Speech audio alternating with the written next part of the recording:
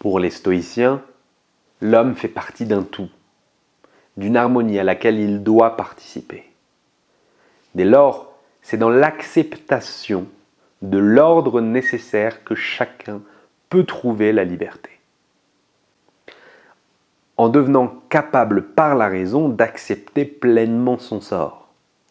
Position qui le conduit à renoncer aux désirs inutiles en jouissant sans orgueil de ce qu'il possède. Sénèque résume à la perfection toute l'essence de la pensée stoïcienne.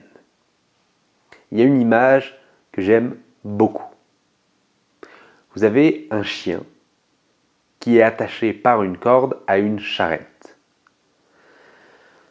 Cette charrette est en mouvement parce qu'elle est tirée par un cheval. Le chien n'a pas la force nécessaire pour changer la direction, pour changer la trajectoire de la charrette. Il a deux options. Soit il tire et il peut se faire extrêmement mal, voire peut-être mourir s'il veut forcer pour aller dans l'autre direction, ou alors il peut accepter pleinement son sort et jouir de ce qu'il possède. L'être humain peut, par la raison, accepter son sort et éviter la souffrance d'imaginer quelque chose de différent, d'imaginer un ordre différent. Dans cet ordre naturel, vous avez votre espace de liberté. Le chien peut, en fonction de la distance de la corde, de la longueur de la corde, il peut plus ou moins essayer de profiter donc de cette limitée mais existante liberté. L'autre point important, c'est d'éviter les désirs inutiles. Là, le désir inutile, c'est d'aller plus loin que ce que la corde lui permet, d'aller voir ce qu'il y a ailleurs. Il faut éviter les désirs inutiles.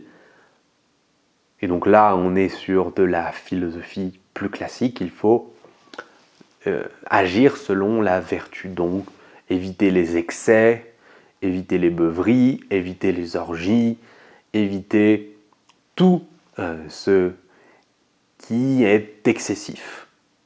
Il ne faut pas essayer de chercher la possession d'autrui, il ne faut pas essayer de voler, etc. Donc on est sur un code moral extrêmement classique.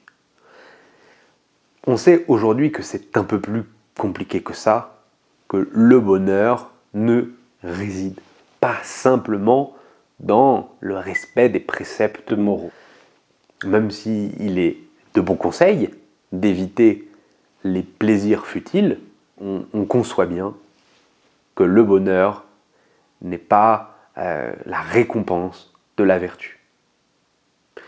Il le dit d'ailleurs, la vertu ne va pas nécessairement engendrer le bonheur, ne va pas nous fournir. Et donc, il n'y a rien d'autre qui puisse nous rendre heureux, mais on ne recevra pas nécessairement du bonheur en étant vertueux.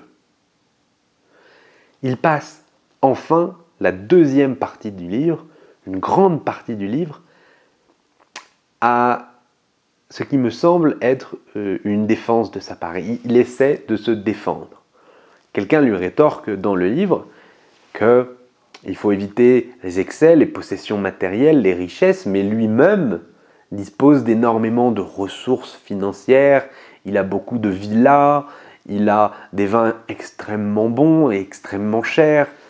Donc comment peut-il prêcher la simplicité? Comment peut-il prêcher l'éloignement des biens matériels et des plaisirs alors que lui-même en jouit au quotidien? Sa réponse est intéressante. Il dit que ce ne sont pas les plaisirs qui guident sa vie, c'est la vertu. Et si les plaisirs, les possessions accompagnent son destin, alors il ne va pas les repousser, il ne va pas s'en éloigner. Par contre, si jamais ces possessions disparaissent, si jamais ces plaisirs ne lui sont plus accessibles, alors il ne s'en émeuvra pas parce que la direction de sa vie est faite par la vertu. Les plaisirs peuvent l'accompagner à un certain moment, mais s'ils disparaissent, ce n'est pas grave pour lui. On sent qu'il y a dans cette explication un vrai désir de se défendre vis-à-vis de beaucoup de critiques qu'il a, parce qu'il répète sans cesse cette chose comme un mantra. La vertu est au-dessus des plaisirs, c'est elle qui guide notre vie, et si l'on a des plaisirs, eh bien, ce n'est pas grave. Il attaque même personnellement ces personnes qui le critiquent. Il est assez virulent en leur disant que le sage jouit, et je pense que c'est assez contradictoire, mais le sage prend du plaisir à écouter ces viles personnes qui le critiquent parce qu'il sait qu'il est supérieur. Je pense qu'il y a quand même une contradiction que Sénèque n'a pas résolue totalement.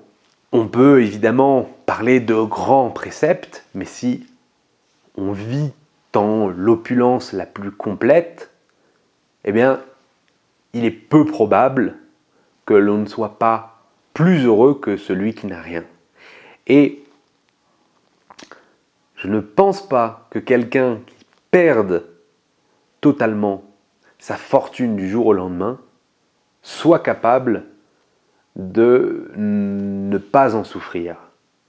À mon avis, il y a une vraie contradiction et c'est pour ça que Sénèque essaie pendant des dizaines de pages de s'en défendre. Alors que le début du livre est extrêmement clair, extrêmement simple, toute cette partie où il essaie de se défendre, vraiment personnellement, montre qu'il y a une contradiction réelle. Et je pense qu'accepter les contradictions, ce n'est pas une mauvaise chose. Et ça me semble plus juste d'en avoir conscience plutôt que d'essayer d'éviter ça, comme le fait Sénèque. Moi, je ne vais pas essayer d'éviter les livres qui sont sur ma table de chevet. Donc, il faut que je les lis. Oui, tu dis, faut que je lis, moi. Faut que je lis. Bon, tu connais la musique, tu t'abonnes, tu mets un commentaire, un petit pouce, ou tu regardes une autre vidéo. À demain!